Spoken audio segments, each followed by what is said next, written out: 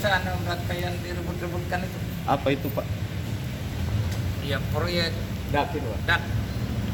Pak tadi diperiksa berapa lama Pak dia? Saya diperiksa dari jam 10 sampai sekarang. Oh sampai sekarang. Berapa pertanyaan Ada itu, berapa Pak? pertanyaan? 40 lebih. Seputaran apa itu? Oh, saya tanya penyidik. Bagaimana menurut Bapak itu yang 49 miliar itu? Nah, saya tanya penyidik masalah itu Adin tadi. Kalau untuk proyek anggarannya berapa besar sebenarnya Pak? Untuk proyeknya?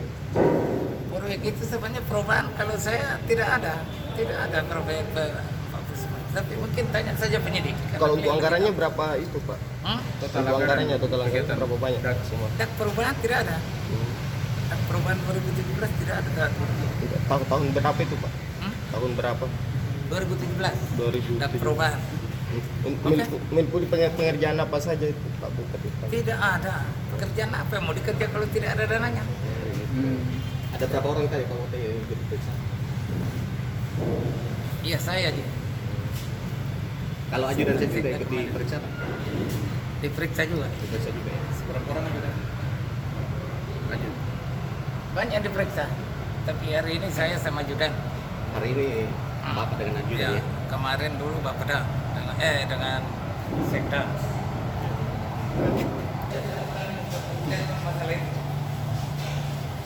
Oke, terima kasih.